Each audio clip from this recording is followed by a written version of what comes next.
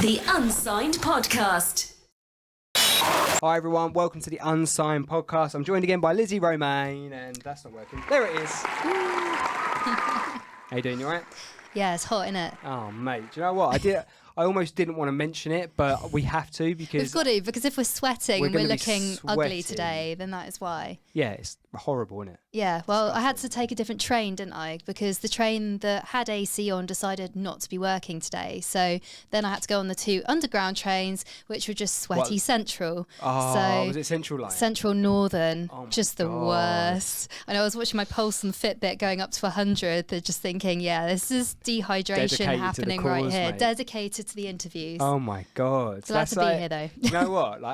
So it's been horrible today, and I've literally been working from home in my pants all day, right? Because it's been horrible. Hats off to anyone who's had to be outside today, because it's just been horrific. Like, hottest day ever recorded. We're not going to go on about it too much, but like Lizzie says, it's a bit of a disclaimer in case we're melting later, because we're in a basement in Archway and it's Kim roasting. So hats off to anyone who, like, my day job is working in construction, like project managing, and like every now and again I'd like text like guys to be like, look, the lads are all right because it's really hot, and they were like, yeah, no, they're all right, they're staying hydrated. And I was like, yeah, but mate, like, I found it hard enough walking to the garage to go and get a few bits out of there, and it was like, let alone doing sort of like really hard manual labour on a hottest day of the year ever. I find it hard enough going to the gym, and I went from my place down the road into the gym and then back out again. And my partner's working today, so he's on film and TV sets, literally lugging around rickshaws, which are just big, heavy, horrible things.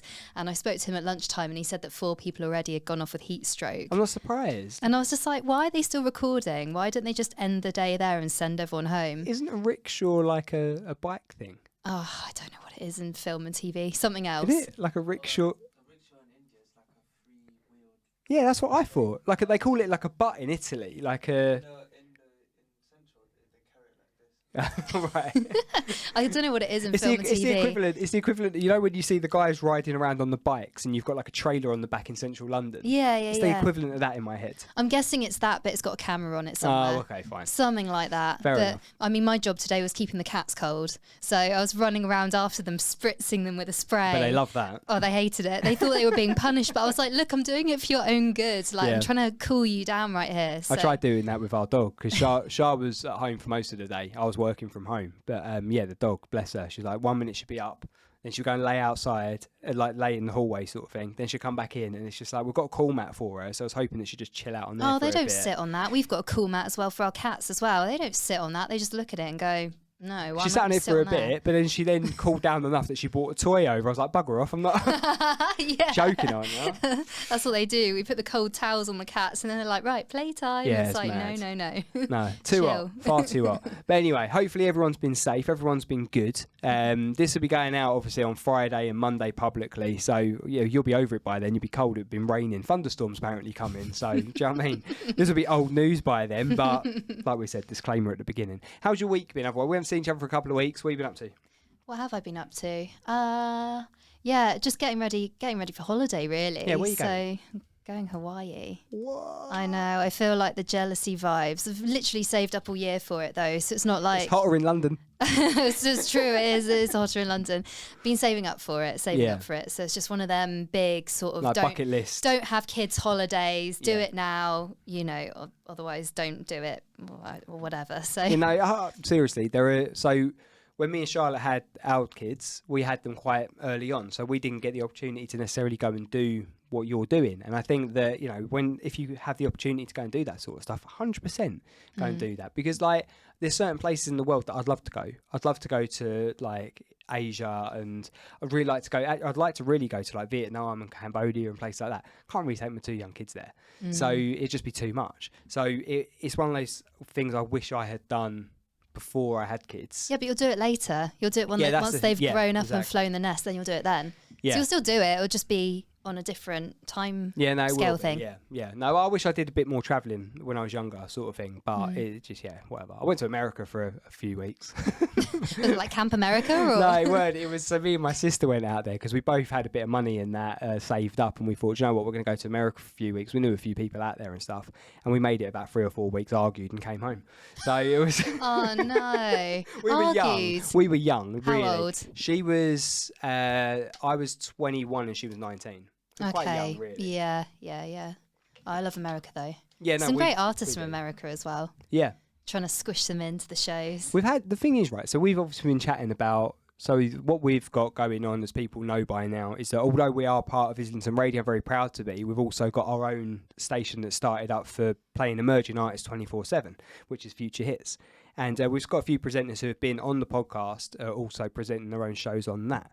So we've had a conversation, a few voice notes back and forth in regards to what can we have on the station. Mm-hmm. And essentially, if you're an emerging independent or unsigned artist, you can be on the station. You just got to go to our website, futurehits.co.uk, submit your track. You can actually select what show you want to be on as well. So you've got your shows on there, Abby's, mine, everyone else's.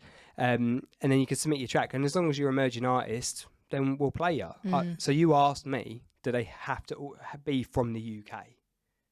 And they don't necessarily have to be. It's a case of, there's different artists that we've had who were originally from, I don't know, like Germany, and then they've come over and then they've got tracks. I'm like, well, yeah, we'll play it. Any tracks that come over and I think, yeah, do you know what? Like, it's a great track. We'll play it. Yeah. On my Unsigned show, like, obviously, on Future Hits is a bit more open, which is a conversation that we all had as a group about trying to make it a little bit more sort of accessible for people who may be on very small labels, independent labels, but are still emerging, right? Which was, I think it was you and Grace that were saying that. But it is, for me, on my show, it's always been unsigned. That's been the whole point of it. So I can't play signed people on that, but on the station we can because it's a little bit more broad. But I've had people send me tracks for unsigned that I've played on Islington, Extra, Radio Chelmsford, Radio Southend when that was still going. I've played people from Hong Kong, from America, from like wherever, from Sydney in Australia. Like, where if you're submitting tracks to us, first of all, thank you very much.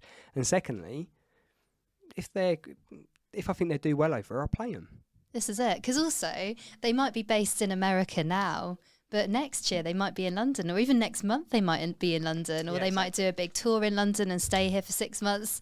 You know, I don't know, I just feel like region. It's quite nice to have the different regions be involved, especially for my show as well, because I have the audio idents come in for that. And it's nice to hear all the different accents. And also, if you're asking one question, or I usually ask 5 questions to my artists, it's quite nice hearing the different answers. Like someone in Georgia is going to be answering a question differently to someone that lives in Leeds or in Spain or whatever. And they've all got like different life experiences. And I think that's what I love bringing into my show as well, is that kind of realistic, kind of quite humanist sort of touch.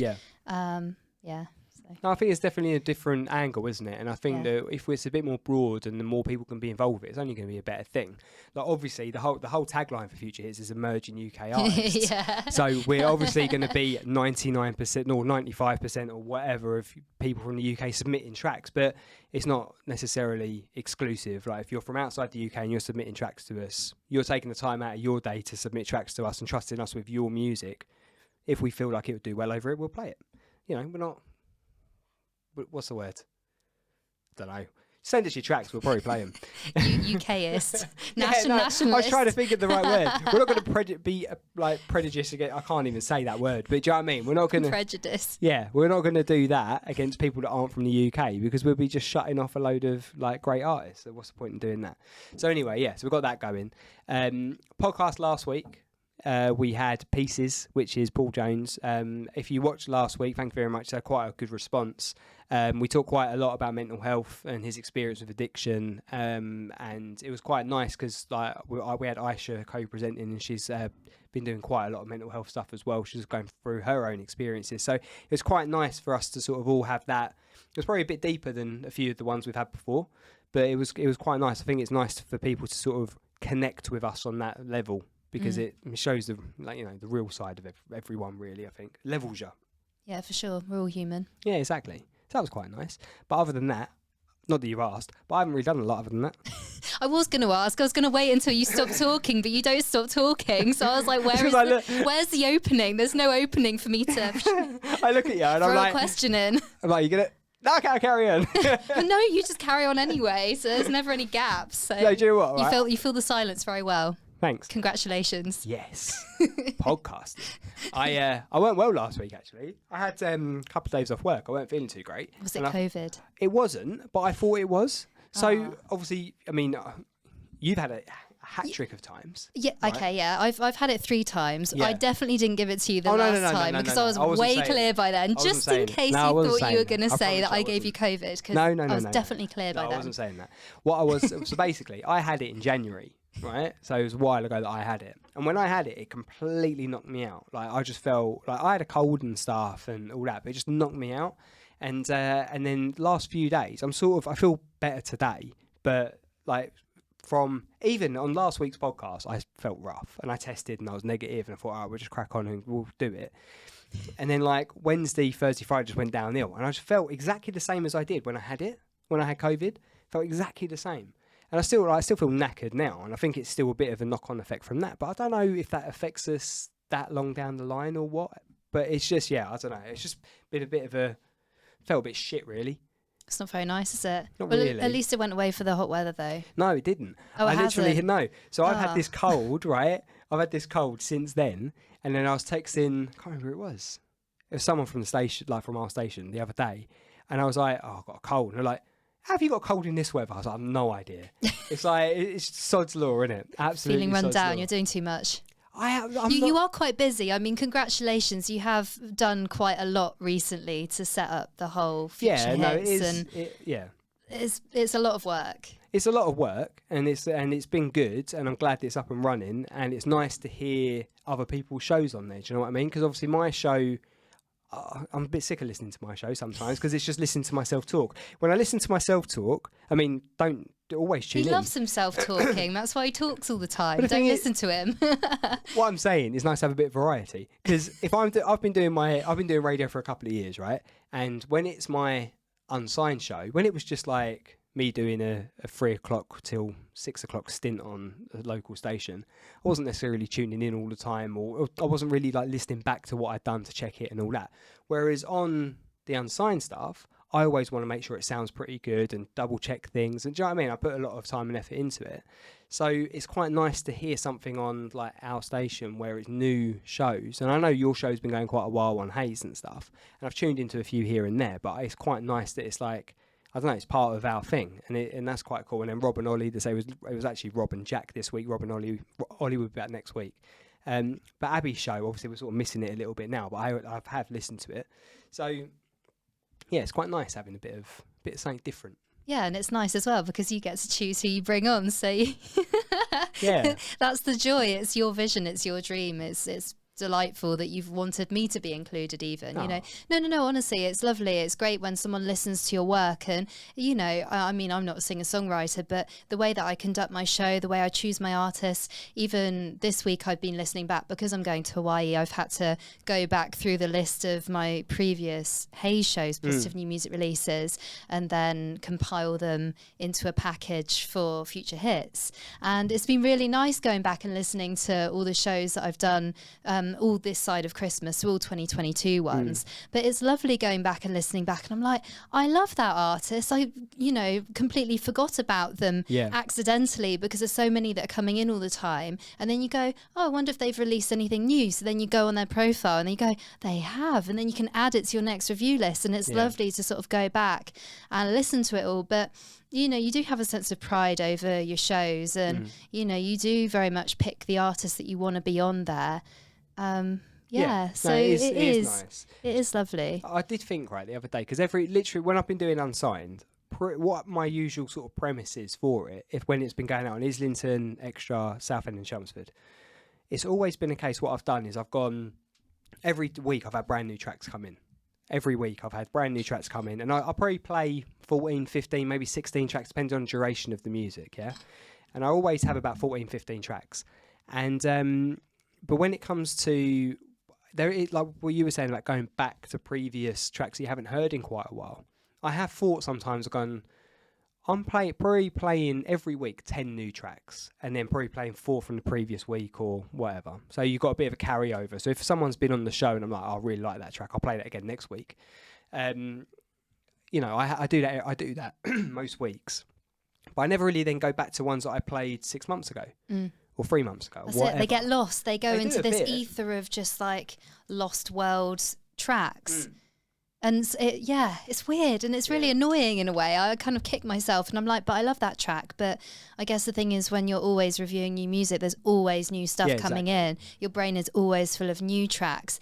And I mean, it's good to carry on supporting that particular artist. But yeah, their amazing old tracks get sort of lost until you go and see a gig of theirs and you go, do you know where they are now?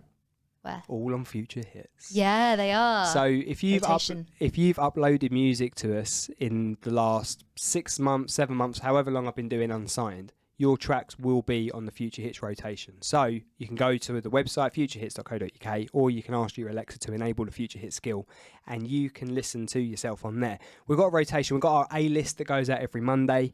We've got our track of the week that also goes out every Monday, and then basically anything else that's been uploaded and played on my show then is added to like a B and a C list, and they're just on rotation. It's a bit random on the rotation every now and again, but what we try and do is get as many tracks up as we possibly can. But yeah, if you've uploaded music in the past, you're on rotation. The only thing that I have done on a couple where people have been signed to big labels, I've then taken them off. You've removed them. I have. Yeah. You meanie. Because they've been signed to like they've made it. Sony, yeah. And they've made it. It's like, right. They don't need they don't need my help anymore. They don't. It's true. It is nice. If they're signed to like a little independent label, you've developed this idea, right? Yeah. So if someone's signed to a little independent label in Essex or London or whatever, it isn't fair to not play their music, right? So I've had a band, right, and I'll name them because they're coming on here at some point. San Quentin, right? They're from Essex, know them quite well, seen them play quite a few times, and they're actually playing at Hotbox with the Lucetters on the 4th of August in Chelmsford. So there's a plug for you.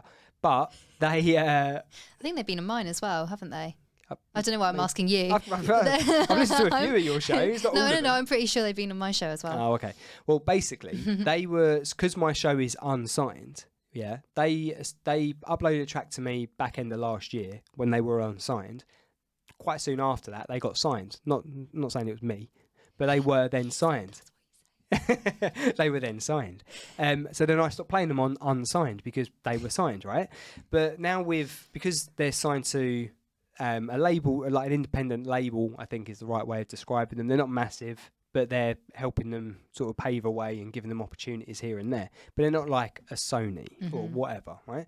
So I sort of feel like, do you know what? We'll get them on the rotation because they're people that I've dealt with for the past 8-9 months or whatever. They're nice guys. They're doing really well. They sell out gigs, like local gigs and stuff, and they're doing a bit of a tour. I can't remember exactly when that is, but it's coming up. But what I'm saying is that now they'll be on Future Hits. So it's about... The key is to be a nice guy, and then Matt might carry on still plugging you. If you're not and you get signed to a label, you're cut, you're gone. Like, do you know what I mean? Bye-bye, the end of you. It is all about being nice, isn't it? Let's be honest, true, right? True. We've said this, how many times have we said this on here? It's all Many about, times. Yeah, being nice, helping each other out. Because the thing is, yeah, if you turn around and you say, if you're nice and you're genuinely trying to help people, and people can tell that you're interested in what they're doing and what they're about. Same with us. If we've got people that are nice to us and they're like, oh yeah, what you're doing is great, and you know, let us know if we can ever do anything or whatever, you're always going to then help each other in the future, aren't you? If you've got someone who literally, not that anyone has done this categorically, right? I'm saying that now, no one has done this. But if someone's come in here, used us to get on the podcast, and then fucked off and we never spoke to them again, I'll be a little bit more inclined to be like, well, like, okay, fine. It's true. But that hasn't happened. No, it hasn't happened yet. Don't be negative. I'm not. I'm being, you know, if we carry on doing this show for the next 10 years, there'll be one. There will be one. But saying that, actually, there was an artist that watched the podcast and they actually approached me and they said, I like what you said on there. Oh, really? Yeah. So there are bands listening. Yeah, we're doing all right for you. Yeah. I know that things take a little bit of time to gather momentum, and I know that things take a little while to grow. But generally, like, we're doing all right, and some of the episodes are doing, you know, quite well. So I'm quite proud of what we're doing. And it's like, if you were to look at the amount of views we've had on the different videos and stuff versus, I don't know, how many people have listened to the show or got involved with the radio show and that. It is doing well. So I think that, hopefully it will keep building over time and will generate more people subscribing, because I'm learning on YouTube, right? I've done a bit of YouTubing before, but I'm sort of still getting my head around it a little bit. So like I've added so Abby said about adding chapters, which I've done now. So it means that people might not want to hear me and you moaning about how hot it is, but they might want to move on to when the guest is in. No, it's a good idea. So they can just go to the chapters. And That's then a what good I've idea. also done is yesterday I went through all the videos and added like information cards. So you can be like, it comes up and like reminder to like subscribe to our channel or check out the latest video. Yeah. Do you know what I mean? Oh, you see that at the end of every video. They're on every end of every video, but they're Yeah. also like on the top right hand corner. There's a little bit that comes up and says it every now and again. So I went through and put those in yesterday because I was like, bearing in mind, we've had, I don't know, like 1,000 people watch our stuff so far-ish. But we've not got that many subscribers. So I'm just hoping that at some point that sort of translates into subscribers. But I don't know what. I think it will. I think people are listening to what we're saying, and the particular bands that hit me up, I can't remember which episode or who was on, but we were talking about how I sometimes listen to tracks that artists send me before they get released to the distributors. And I was talking about how I don't manage a band. I'm not a band manager. I'm too busy for that at the moment. But I send them as many tips as I possibly can, that like they WhatsApp me, I find something out, I send it to them, I try and plug them as much as I can. And this artist said, we've got an EP coming out in the next couple of months. Will you proof listen to it and nice. Tell us your honest feedback? I was like, yeah, absolutely. As long as you're happy with honest feedback, then I'm very happy to give it. You don't have to listen to me. I don't care. I'm not saying I'm right, but I'm just saying how I listen to tracks. Yeah. So no, it's good. It's good. It's good. People are listening. People are listening. Yeah. People are listening, and people are getting involved with it. And I think where people are asking for our opinion in things like that is really kind. It's also very trusting as well, isn't it? Because like I've said on here like a few times, I've been doing radio for a couple of years. I can't play an instrument. I know what I like, and I'll never pretend to be a critic or be able to have the ability to critique music as such and be like, oh, well, what you need to do is you need to turn the drums up a bit louder in that bit.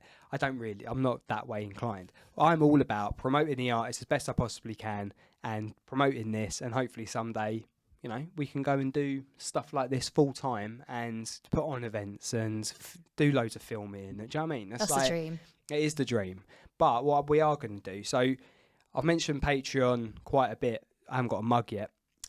Oh, don't. You know what? I had it in my calendar to bring the mug today, but the heat has muddled my brain. I wouldn't have even mentioned it. You did. mentioned it on the thing now. I wasn't going You've to. mentioned...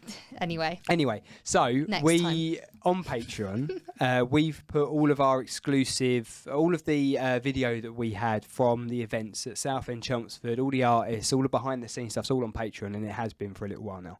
What we're going to do on the 31st of July, we're just going to put all of that onto YouTube for everyone to view. So our patrons have seen it first, and if you want to see exclusive content first, get on our Patreon, but we're going to release it all on YouTube. So then hopefully that will also then turn people to then come and watch the podcast and then see what we're about, and then hopefully, generate some more sort of following, I guess, to be able to then get more people on and stuff like that as well. So we're going to be releasing that in a couple of... What are you looking at me? What? Following is everything.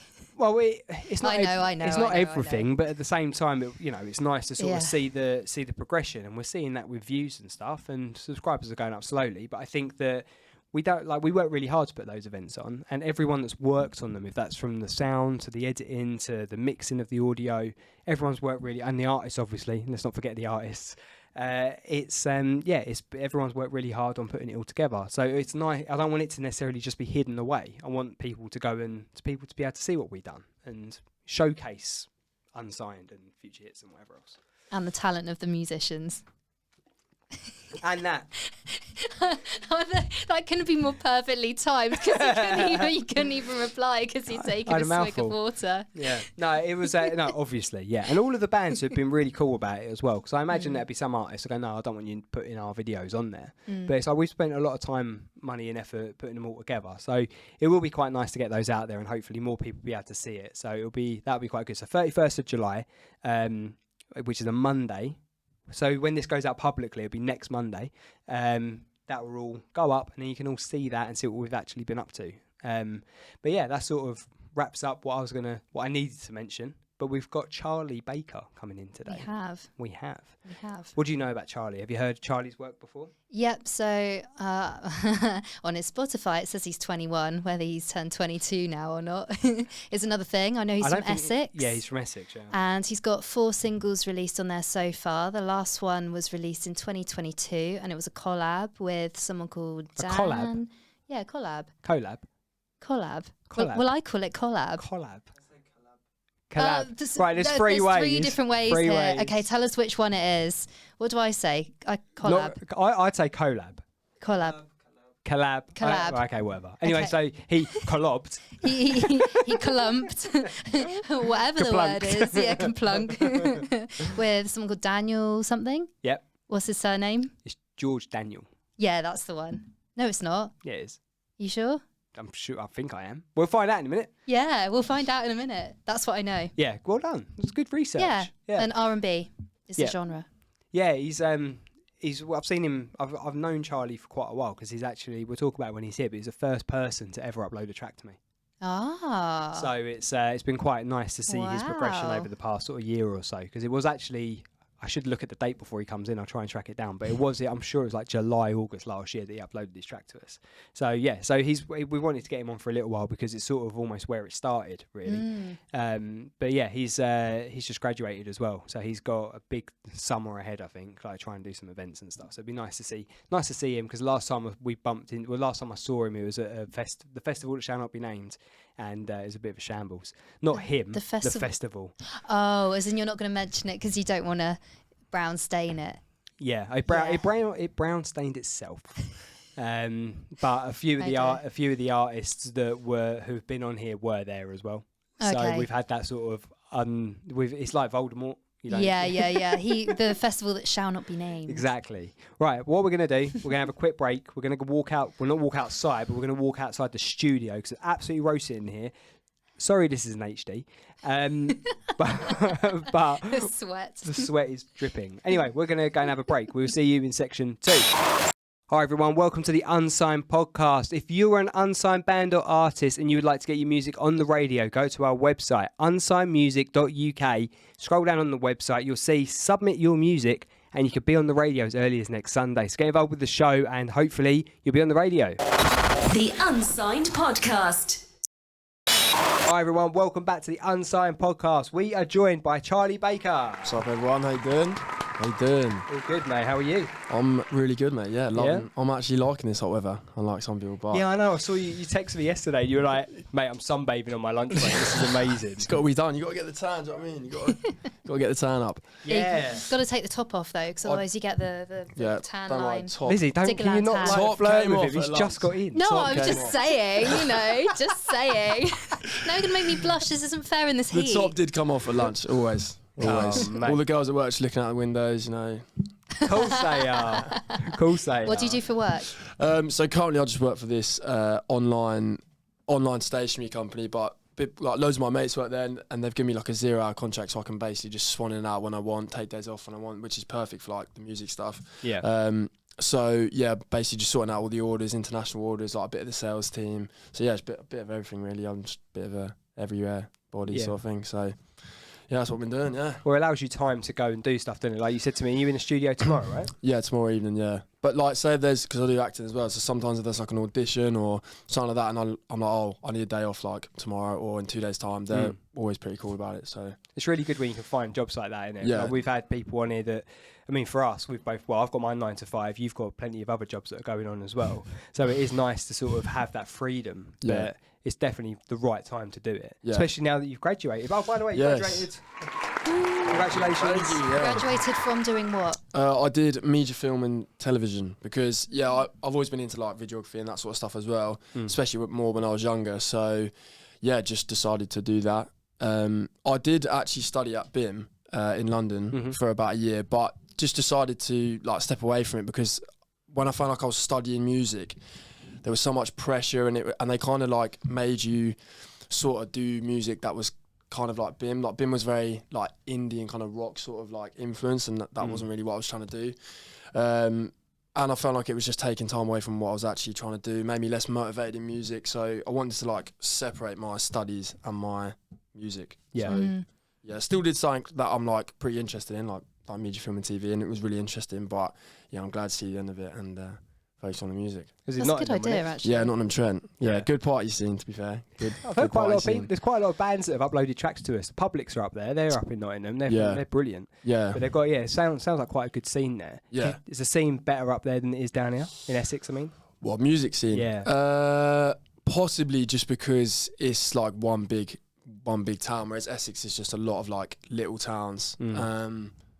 And there is like bigger venues. You've got like Rock City where a lot of people go to, stuff like that. So yeah, in terms of that, I'd probably say it is a little bit bigger, but yeah, just bigger city and that. So yeah. That's right. At least you know the music events. So if you're doing, some live music events, you know exactly where to go when you go up that way. Yeah, like Bodega's a good event, good venue. Yeah. And there's a few others, and then obviously Rock City is like the biggest one. Like loads of big people go there. Like I'm pretty sure the 1975 have been there and stuff. So yeah, it's pretty sick venue to be fair. So yeah, nice. So I was saying to Lizzie before you came on, you were the first person to ever upload music to me. Yeah. On the Saturday sessions. Day one. Yeah, it was. Literally was day one. It was the reason for all of this. Yeah. Look what you started. You inspired him to do all of this. Yeah, you're welcome. I'm sure Charlotte will thank him. Yeah, Charlotte, yeah. I haven't seen her in ages. It was because I had this idea that I wanted to sort of try and play some unsigned artists from around sort of the Southend area, around the local area. And you were born in Southend? Born in Southend, yeah. So I wanted to do that. And you were the first person. I'm sure, was it you or Carl who uploaded it? I think Carl got in contact with you. So I met him. I met you through him. Yeah. Actually, no, I think I uploaded to Chelmsford Radio. Yeah. And I think you replied saying, I've moved on from there. I'm going to do Radio Southend. Yeah. And I'm starting this new thing, Unsigned. And then I think I just sent it from there. Who's Carl? Carl's manager. His manager. Yeah. Okay, cool. Yeah. Shout out, Carl. Yeah, he's a lovely guy. He's actually sent me a couple of other tracks from other people as well now. Yeah. The Too Late, I think. He's looking after them as well now at the moment. So they're really cool as well. Like they're more of like a indie sort of kind of band, but some of their tunes are really cool. And they're killing it as well. So. Yeah, it's interesting because it's a completely different vibe to what you're doing. Yeah, 100%. Yeah, it's probably nice for him to have two different sort of, and they do sort of different things on social media, and obviously they're like more of like a band, so it's like completely different sort of vibe really. So, yeah. So that's where it all started. Anyway, that was a year ago. Yeah. I'm sure that was like I August. uploaded Bear With Me literally a year ago, a couple of weeks ago. Mad, isn't it? Yeah, first track. So what inspired you to release that one as your first track? Because I'm guessing as a musician, you sort of write music for quite a while before you release a track. So what inspired you to release that one as your first? So it was, I'd written loads on my guitar and I had loads like acoustically recorded demos, but Better Than Me was one of like the first bunch that we recorded like properly in the studio and stuff. And out of all the ones that I'd like sent to everyone and all my mates and all my family, that's the one that like resonated the most. And that's the one that everyone was like loving the most, and it's the most catchiest. So I thought it'd do well. So yeah, it's first, and it was my favourite one as well. To be fair, it was my favourite one. So yeah, that's why I got chosen. Was it about anyone in specific? Like anyone specific? It actually wasn't. Like everyone always wants like the juicy gossip. Come on, Unsigned, Unleashed. All my other songs do have a meaning, but actually this one surprisingly doesn't, because I basically wrote with another producer. He wrote the instrument. Like this was one of the ones that I didn't send my acoustic demo to. We kind of just started from scratch, and I sent him a few like inspirational tracks, that sort of thing, reference tracks, and yeah, he started off the instrumental, and as he was just playing it, I was just humming stuff and like literally the words like Better With Me kind of just like Better With Me just like came to me, and then I basically had my title and then just wrote around that. That's what I've been doing more recently, to be fair, like getting a title and then kind of writing songs like underneath that, just from that title and stuff. Right. So yeah, that's where Better With Me came from. So you've been collabing for quite a while. Collabing. Collabing. What do you say? Collab. Oh, same as you. Collab. Anyway, so you've been collabing for a while with producers or different writers, but you've released a track with George Daniel recently, right? Yes. Yeah. So how did that one come about? Is he a mate? he actually is a mate of a mate now, because when I was gigging in London a few months ago, I think like in January or February, I met one of his mates at a gig who was performing on the same lineup as me. But just before that, Carl had found him somehow, I don't know how, found him and was like, yo, let's try and do something together. George sent me the instrumental, and then, yeah, same sort of thing. He sent me the instrumental. I wrote he had a title, You Want Me, that sort of thing. And then, yeah, I just wrote the lyrics and melody to that. And I actually recorded that one in my bedroom. Did you? Yeah, and then he mixed it like really cool. And that's actually my best streamed song, my most streamed song. Yeah. But I think maybe because it's house, like everyone loves house, and it's like... And it's summertime as well. It's summer, it's a summer tune. Like, it is a real summer song. Summer tune, so yeah, so I think that's why. But yeah, sick tune, and it's also... Don't know if I'm allowed to say this on here. No, I think it'd be fine. It has just been signed off to be in the bank for use of songs for Love Island. Oh, so, really? Yeah, we're seeing... Nice. Yeah, so it's been like signed off, but it's down to the producers on the day whether they actually use it. So mate, that's quality. Yeah, there's like that's 3 really weeks left to good. Love Island, so No, it's really good. Like We'll I've see. had some artists get on the set list or the playlist Yeah, on yeah, Spotify, and that really, really helps the streams. yeah. Because everyone just goes, oh, I love the music of Love Island, Yeah. put on the playlist. They do have some great tracks on there. They do, they Not that I do. watch it. I do watch it. I don't like... It's not that I watch it every night, Yeah. because I'm obviously doing this Busy. or whatever. So, for You example... can't watch it tonight. I won't watch it tonight. Gutted. And I won't... But you'll watch it on catch It'll up be on tomorrow. ITV, I'm like Yeah. looking at the highlights. I haven't done that. But Charlotte watches it. My wife watches it. So it's like, it's one of those things that I'll be, I don't know, doing something for the radio or editing or whatever. And then in the corner of my eye, you can't not look, right? Yeah. So it's like, it's there. And See I'm what's like, going on. Oh, I decided I couldn't do it this year. After last there's some year. great characters in it. Like, they After are. last year, it just killed it for me. Like I was just like, I can't do this again. I remember last year. I It didn't was all the Castor and actually. Moore stuff. I didn't watch it last year at all. I used to watch it all the time. Didn't watch it last year at all, and I didn't watch it this year until a guy who I know is in it, Josh, like the light skin one. Right. Yeah. Yeah. He's just been kicked off actually, but Yeah. he worked in the gym I go to, and then Right. kind of blew up in like the modelling scene. And he told me ages ago that he was. So I knew he was going to go on it. Right. And I was just waiting for him to come in, and I was going to start watching it. Oh, you got to So- watch it if you've Yeah, got exactly. a If mate your on mate's it. on You it. got to Yeah. watch that. And it made me laugh because then they were like, "Where are you from?" And he literally says what we all say, like whether I'm in a club or whoever asks me, like whatever person's like, "Where are you from?" I'm like, "Oh, between Culture and Chelmsford." Like always say that, and Yeah, that's yeah. exactly what he said. So Oh, it's did kind he? of funny to see that. To be fair, so yeah, it was cool. But yeah, he did well, man. He smashed it, and yeah, he's got like 100k followers now. So I'm sure he'll. Is it not something that you thought about doing? I mean, yeah, I think I would clean up on there. To be fair, like, I think Next year. I think I would. Pre-interview. I think I would love to, but I think, yeah, I always wanted to, but I was always too young. And then obviously COVID came around, so it was off for like a few years or whatever. And then now, it's like I would love to go on there, but I wouldn't want to like accidentally ruin any representation of myself I've already got. Right. Like I don't want to hinder anything. Like, obviously, it gives you loads of followers and stuff, but then also don't want to be known for just like doing Love Island. Like I'd rather be known for like, oh, Yeah. his music, his sort of thing. But then it would be a good way to like push my personality and push the music and obviously get people involved. So It's a hard one. if I got approached, then possibly, because I feel like that's the only way you can get on now, like get Yeah. scouted. Like if you apply, like it's thousands of people apply. So I don't think I'd waste my time applying. But if someone's scouted, I bet that's I'd fun. definitely think about it. The person that has to review all the Love Island applications. Imagine that as a job. That would be quite funny. It would be quite funny, but That I would- imagine it'd be the videos, You like, same there's some know. thing. shockers on there. I bet there's some shockers. I want that job. We nearly signed a friend of mine, I won't mention him, but we nearly signed a friend of mine up for it one year. Oh my god, yeah. How can you sign someone up without their permission? Oh, just try it. It was like, and then we tried Naked Attraction. Yeah, I'm sure if you applied for that, I'm sure you'd get on it. That is a I didn't want to go on crazy it. show. We tried to get him on That it. is a crazy show. It is mad, that. I was like, can't- no, I don't watch that. But me and my ex-girlfriend used to watch it all the time. Like, it's just hilarious. Like, it's always on at late night as well, just before you go to bed. Like, it's just on the We TV. can't be on like, at 3 o'clock. No, can it? it's so. So it's not very kid friendly, is it? Well, it's anatomy.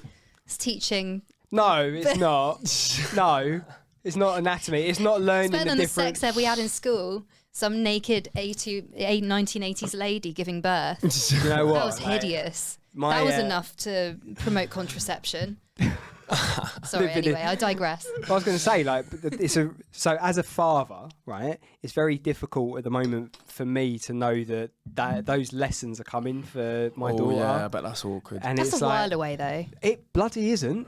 Come home the other day, right? So I picked her up from school. I think it was on Thursday or Friday, right? Yeah. Pick her up from school, and she said, I can't remember, what was it? Relationship, sex, education, or something like that. It was something slightly. We just called it sex education, didn't we? But yeah, something slightly different. Anyway, she comes home. She goes, "Oh, I had relationship, sex education today." I was like, "Fucking hell, right? Where's that come from?" And I was like, "Oh, did you, darling?" And I didn't want to. How old is she? She's 9. She's 10 this year. Yeah. Right? So I turned around, but I was trying to be like open about it. I was like, what did you learn? Did you learn anything interesting, or was there anything that? Have you got any questions about anything? Like, you can ask me, like, whatever. It's fine. She's like, no, it's all right. It was mainly about relationships. I was like, oh, okay, fine. So, well, if you ever have any questions, you can just ask me and mummy, right? That's nice. Anyway, Yeah, cute. 5 minutes later, I receive a text message from my wife. Just a heads up, she had sex ed today. I went, that's 5 minutes too late. That.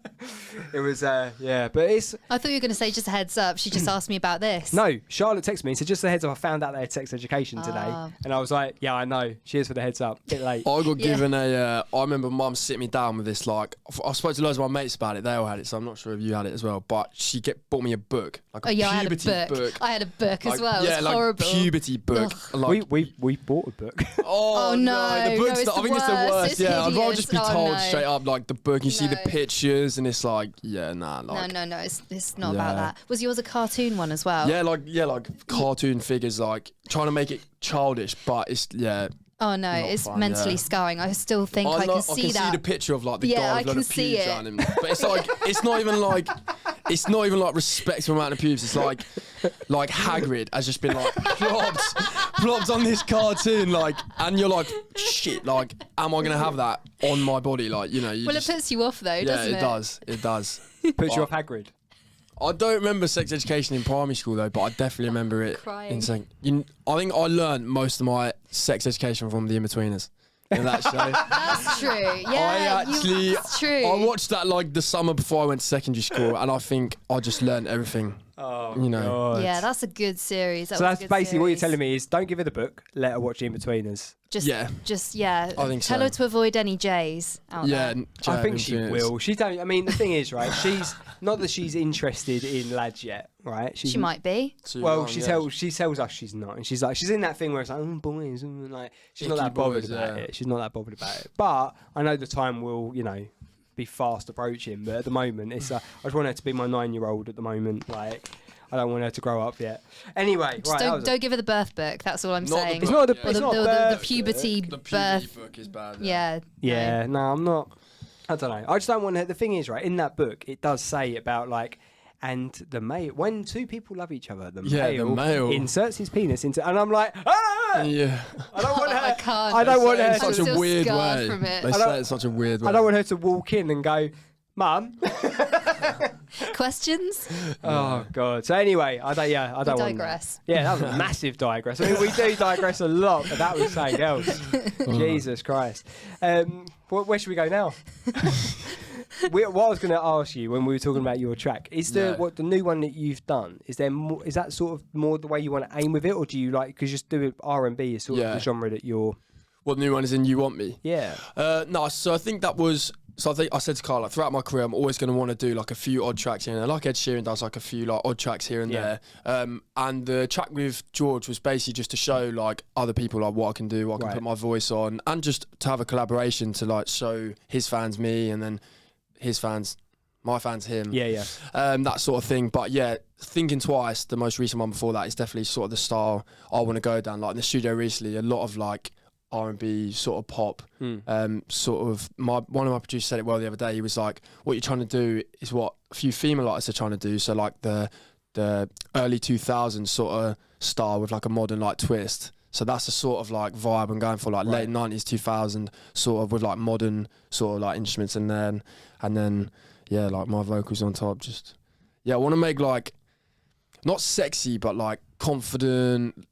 Like sexy summer, like sort of tunes, like that's the sort of vibe I want to You come bring. across quite confident, Charlie. Do you like Lizzo? Do you like Lizzo's new tracks? Yeah, I don't actually mind Lizzo. I do like about About Time, is it? About that time? Yeah. Yeah, I do like that, to be and fair. there's another one that's just come out as well, which is really good. But I only bring that up just because she's like sexy, confident, R&B, dancey. Yeah, I think it's just extremely important. Like this, like bit off topic, but this is what my ex-girlfriend used to grill me about. So like, say we were driving somewhere on a long drive, like she would just put on her playlist and it'd just be like sad music. And like, I don't mind the odd sad song here and there, but I generally like never really listen to slow songs unless I'm in like a really bad mood, because I just feel like the sort of things you put in your brain like affect your mood, and like if you're always listening to like sad music and stuff, like it's gonna just, you know. So I think that shows my music as well. Like, I want to bring like uplifting, confident sort of music that people put on and they're like, yeah, just jam into it in their car. So that's the sort of like vibe I'm trying to bring.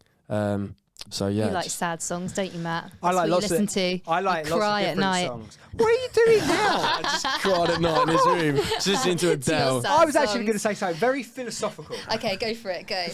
What you just said about what you put in your mind is how you end up thinking. Yeah. Right. I think that's very true. I think if you're consuming crap, as in not crap music or anything, but I mean like if you're scrolling through Twitter and getting angry with it, or you're watching the news and getting angry with it, or whatever. I never watch the news, like never, purely because it's just all just like hype, all this stuff like the heat wave, like oh my god, everyone's dying, like, and it's just negative. I just never look at it because I don't want to know.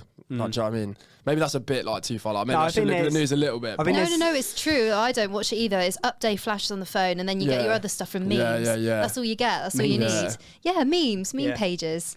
That's all you need to know. Yeah, fair enough. There was in a funny way. Go on. There was a good news article that I wanted to actually pop up that I found today that did make me laugh quite a lot. It's about the heat wave, and it reads: women warn not to put ice lollies in their vagina to cool off in hot weather. Wow. Oh, I done that earlier. Got a mini milk up my arse. I just think about poor A&E today. A&E just be a nightmare. Oh, mate, it's treating burns internally. What, from Calypso's? From Milky Way. What are they called? Milky Way. Oh, can you? Wouldn't choose Milky Way. This is a dirty. Oh no, not Milky Way. You meant Milky Way's the chocolate bars. What's it called? Mini milk. Mini milk. Oh, they that's were the just best. Mini milk. The strawberry, even weirder mini turn. milks. Oh. Jesus Christ, Charlie, what are you doing to it? It's the heat, man. It is the heat. Hot day. It is the heat. Talking about ice creams, blimey. I was going to ask you. You're doing quite well on Instagram. How do you think that's like going with the songs on, like your streaming of your songs? What do you think is actually developing quicker in regards to Spotify versus like Insta? And you're on TikTok as well, right? Yeah, I think most of the Insta recently has been down to, so the reels I all posted for Thinking Twice, like they all got like, it's not like loads, but a lot for my account, like 6,000. Some of the remixes that I did, like the RD remix, got like 10,000. Wow. Most of my reels were over like 5,000. So I think that got me quite a few followers with the music stuff. I do use a lot of, so when I put the Thinking Twice video out, I did put a lot of like Insta promotion on it, so you can like paid promotion, so that gets like put on people's pages and stuff. And I watched a few videos on how to like properly Instagram market, so go into like Facebook ad manager and like choose a target audience and like all this sort of stuff. So I did a bit of research into that. But I think also my TikTok as well recently has like blown up my followers a little bit. I started a second account just for my sort of funny stuff, so I've got my music and funny stuff separate. Right. And the music stuff has been doing a bit better as well, but the funny stuff, because it gives me kind of freedom to do what I want, I don't have to like relate it to music sort of stuff. Yeah. Like I only started that account like a few weeks ago, and like 2 of them hit 1 million. So that you're a bit more free to be yourself. Yeah, and I can just kind of make like a few more. Yeah, I'm just free to be myself, and I think I'm trying to separate. It's hard because I'm trying in the limbo, because part of me wants to keep all the music and the personality and funny stuff sort of separate, but then I feel like the personality might help sell the music. Yeah. And like, you know, so I don't, yeah. What's your best funny stuff? I normally just, all my like videos and funny stuff are always to do with like, same with my music, like relationships and like taking the piss out of sort of like situations with girls, or nothing like really bad, but like the one that got 1 million views was using that trending sound, and it was like, she's a 10 but she sleeps with a teddy. So like just stuff like that. Like there was like 10,000 comments of being like, what the hell, like girls like, what the hell, I sleep with a teddy. And then the other one was holiday girls' holiday captions that give me the ick. So it was like never want to leave, or like 5 o'clock somewhere, or just stuff like Getting that. my vitamin D like or cocktail whatever. o'clock and stuff like that. So I'm just thinking back through my last Ibiza holiday. like captions. the worst one is like, how's your Monday? And it's like, well, it's going to be the same as your Monday next week. Like, you know what I mean? Like stuff like that, like made me laugh. So yeah, just stuff like that. Really. I think I did that when I was on holiday. I did. I was reviewing tracks for the station, and I was like, not a bad place to A&R, and I like took a photo of me by the pool. So I did exactly that. I think everyone's captions are dodgy. You know, like what is an acceptable caption these days? It's just all Instagram's just look at me, look what I'm doing, look what you're not doing, that sort of thing. So it's the same with all of them. TikTok, Twitter's just a bit more typey. You got to take it all with a pinch of salt. I saw that, you know, that Andrew Tate who's blowing up recently, and he's been getting on TikTok. That bald guy with the glasses, like maybe not. But he said, which I thought was quite true actually. He was like, with Instagram, you need to just be a creator and content creator instead of a consumer. So you need to like watch how much you're actually just taking in, because people can just scroll for hours and compare their lives, all that sort of stuff. And I think if you're just focused on like putting out what you want to put out and then just coming away, like, you know. So I think that's true.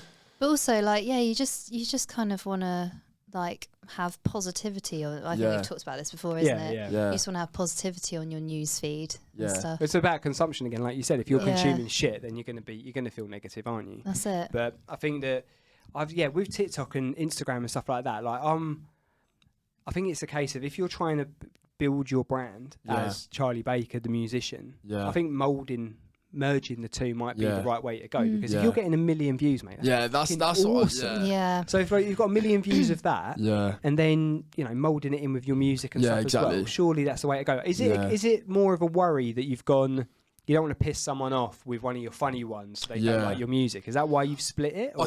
I think well, it was kind of like me and Carl kind of had the conversation, because Carl was like, no, music, and I was like, yeah, I want to do some funnies, but I kind of agreed. Like, I was like, actually, you know what, because I have way more freedom on the second account. I don't really care as much, and because my music one I try and keep like professional, like even if some of them don't blow on like the other one, I don't really care. So I kind of really just post whatever I want. Right.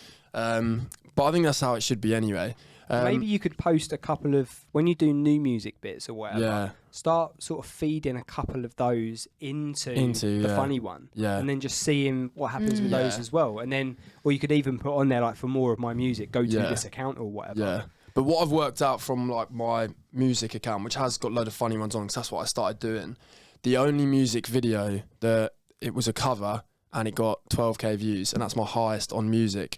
Whereas on all my funny ones, I've had like millions and like 100,000. And I think it's just because music is such a niche, and especially like your own genre of music. So like obviously them ones are gonna blow more. So yeah, the second account is just sounds bad, but just to get as many followers, so then they go on my Instagram and then they can see the music, and then hopefully convert them to some fans, instead of like shoving music down people's throats, and that, not in that way, but then I'm trying to put as much music out there, because hopefully one of them will eventually take off. But it's just consistency with TikTok. You've just got to literally just put out as much as you can, and just always So I think that's it. 1 million views, man. I can't get my head around that. Mental, absolutely mental. Yeah. You did a bit of, when you were, what was the interviewing that you do every now and again? I've seen like those videos that you posted. I can't remember where I saw it. It's fun you say that, because we literally did another one on Saturday. So I love doing YouTube as well. I think I'm running myself a bit dry, like trying to do all these little things. But so at my uni in Nottingham, we did a public video, because I saw loads of them doing well on TikTok, and I was like, I'd always love to do that. I thought it'd be funny. So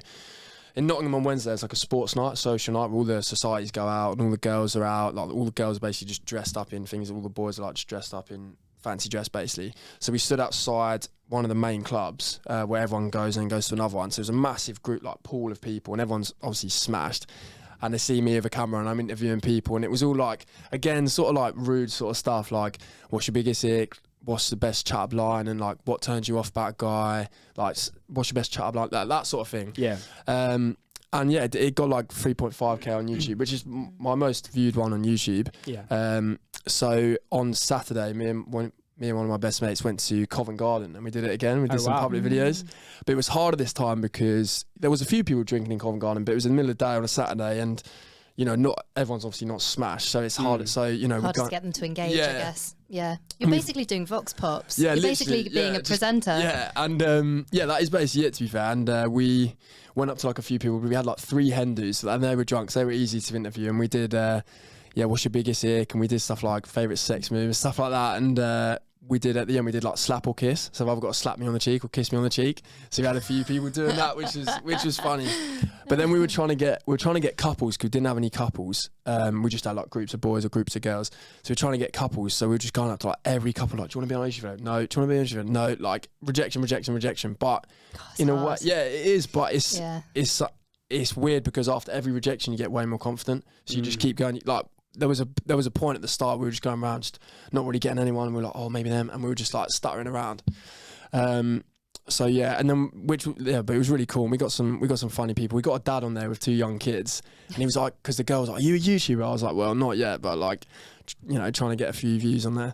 And she was like, can I be in your video? And I was like, oh, like, I don't know the questions. I don't know the questions are for you, but I asked her, like, what's your biggest secret? And it was really cute. She was like, oh, one time I stayed up like 2 hours when I shouldn't have done and played on my iPad and stuff like that. So we'll probably put that in. Sweet. But the dad was like, oh, I want to answer the questions. Like a young dad, I think. So I want to answer the questions. And I was like, all right. And he was like, kids, go stand over there. Of course, like the proper question. Yeah, and then we asked him like, what's your favourite sex move? And yeah, he just gave a really hilarious answer. I'll wait till it's out. I won't give it away, but yeah, it was really fun. Because you said you edit a bit as well. Were you editing that? Edit all the videos myself. Oh, yeah. So the one I did in Nottingham took me, honestly, in total like about 10 hours, because I had to get all the clips, and I do have a microphone, but I didn't bring it out because I don't have like a aux thing to go in my camera. So I recorded it all on my phone, like voice memos, and was like doing that sort of thing. So then I have to get all the audio clips and like stick them to the thingy. But there was like 25 different groups of people, 25 clips, and then I was like editing it down, and then I was like chucking them in random orders, so like it wasn't just one group. It was all random.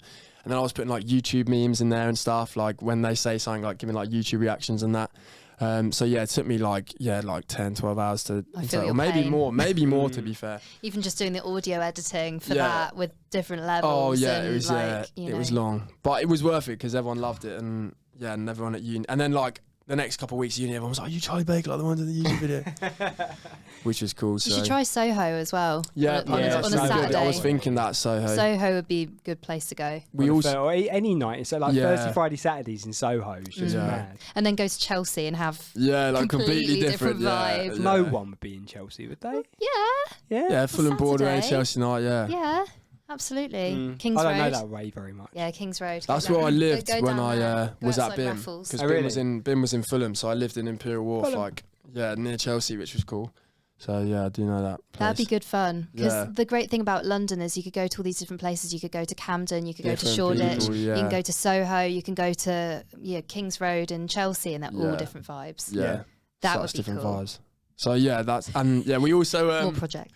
We also the same morning in London, I was like, well, I want to try and get 2 YouTube videos in. I don't think I'm gonna have time to edit before I go away, because obviously when I'm going to Thailand next week, so I want to do loads of cool public videos out there, like interviewing out there, and that's like got the GoPro, do some sick vlogs and stuff. But we went to London's worst rated restaurant. Oh really? Which was called Palace Restaurant. Sorry, out on it, but because I saw those YouTubers do it, and honestly, like, it was so bad, but it was so funny. It was so bad. Like, we ordered a spaghetti bolognese and a burger to share, and it was just awful. Like, it was 30 quid for those 2. Like, they were like 15 each, and it was just awful. Like, yeah. What food is it? It's like a cafe restaurant, but it's like really small. Like, the decor is like Tudor times. Like, the place. Where was it? Opposite Buckingham Palace. Like, literally what tube station was it? Victoria. Yeah, and like we walked up loads of nice buildings, like really nice area, but just a tiny little like cafe restaurant. And bless her, the lady was really nice. To be fair, like we gave it a decentish score because of the lady, but yeah, the food was honking. To be fair, honking. You could write a song about that. Yeah, Palace Restaurant. That'd be a good song. Give them a little bit of promo. Yeah. I might get a load of people going in. To be fair, true. Yeah, link it all in. Will that improve the food? I mean, maybe. I think more people have definitely been there because everyone's been making YouTube videos on it. And like, I have a camera, but we had like the water bottle placed up, and we sat right at the back, and I had like my phone just there, and I was trying to like not be bait, like filming it, and we were trying to like give you a review in there and stuff. Yeah. So yeah, it was pretty funny, but yeah. There you go, song title for tomorrow when you go to the studio. Palace Restaurant. Do you have any materials sat for tomorrow when you go into studio, or do you literally go into studio and kind of see how things go? Well, yeah, I have. So at the moment, so since I released like Thinking Twice, basically what I wanted to do was sit back and basically just do loads more like music education and just like teach myself about the business. Been to a few networking events, and I've basically just been writing as many demos. Like Carl set me a challenge, like how many demos can you write? Because Carl's just been in LA for a month, so how many demos can you write? And I think I got like 11, like in June. So yeah, so I literally just been like getting YouTube like tracks off YouTube, like type beats, and then just writing demos to them, writing a full song and just like recording it at home, my home studio. And then yeah, so normally I'll take a few of them and say like, can you replicate the beat, or should we buy the beat? And then, or like, depends really what the vibe is like, or we can start something new, like if they like starting something fresh, if that's just how they work, sort of thing. So yeah, I'll definitely take them all as inspiration and play a few. So yeah, that's really. What does a day look like then? So you go in, you meet the producer. Do you know them already? Yeah. So a few I know already, and then a few like, so the one I went to on Sunday, I met at this networking event. So I obviously met him briefly, but it was like a brand new like studio time with him on Sunday, and then the one tomorrow I also met at a networking event.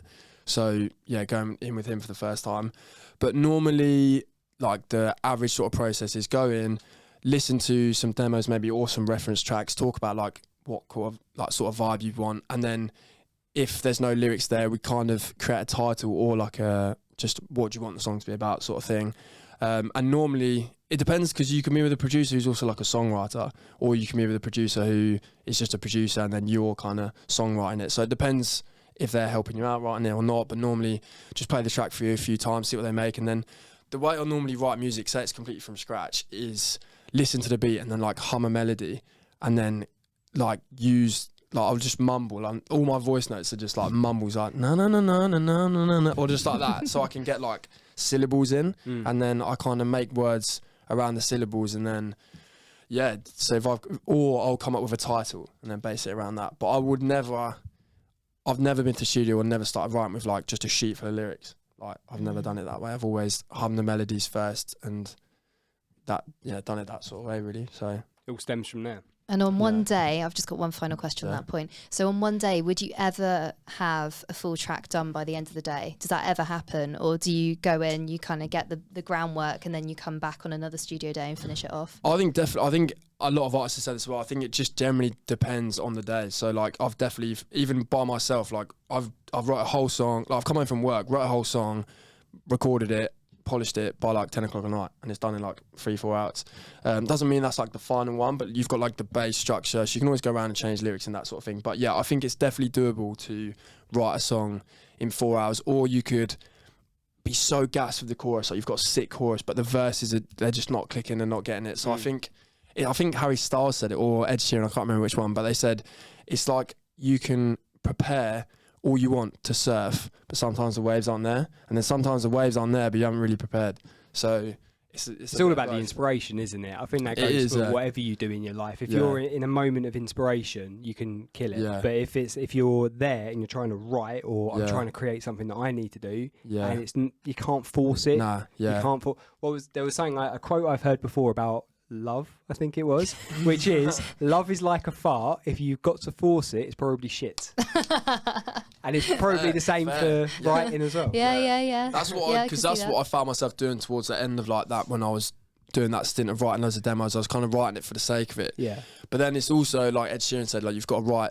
It's like anything, practice makes perfect. So the more like just bad songs you get out, then the good ones normally flow. And normally all my best songs I've wrote like that, because I've kind of just got all the stuff out. Like Thinking Twice, I generally think I wrote in like 2 hours, maybe less, just on my guitar. And then I went to the producer, and we changed a few lyrics and stuff, but that song was already cemented. So yeah, I think, but then sometimes good songs take longer, but for me, most of my best songs have been like, oh my God, yes. And I've wrote that chorus, I'm like, that is the one. Like I've got a song that I'm sitting on at the moment that I'm just in love with.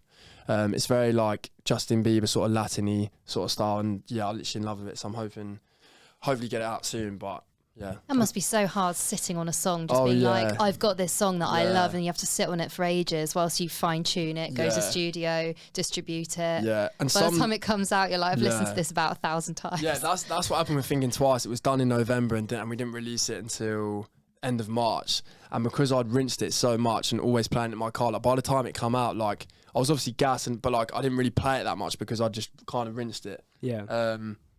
But yeah, no, that definitely to lock it away, because otherwise you need you need that excitement to then put it on socials and talk really about push, it. Yeah, that is to lock them away. That is very true. Like with Didn't Know, I think that's the song that I wasn't as excited about, and it was more of like a just get out to just get another song out and show people what more I can do. But I think it definitely shows, because my promotion for Thinking Twice was so much better than Didn't Know, and I think it was because I was way more into Thinking Twice and I loved that, and I was more proud of that. Yeah. And I think from now on, I think that's why I've been sort of sitting back a little bit on releases. Well, I only released in May, but yeah, I was going to say, it's not been it's not been long, is it? I mean, the thing is as well, you need to be happy with it, and you need to like release it when you're happy in the right moment as well, because there's some artists that I've spoken to who have released tracks like bang, bang, bang, but then like when I was actually chatting to, who was I chatting to about it the other day? I was chatting to an artist about it the other day, and they were like, it was Pieces last week, and it was Paul, and he was saying, I've got a load of tracks sitting there, but what's the point in me releasing everything now, giving everything away for free essentially,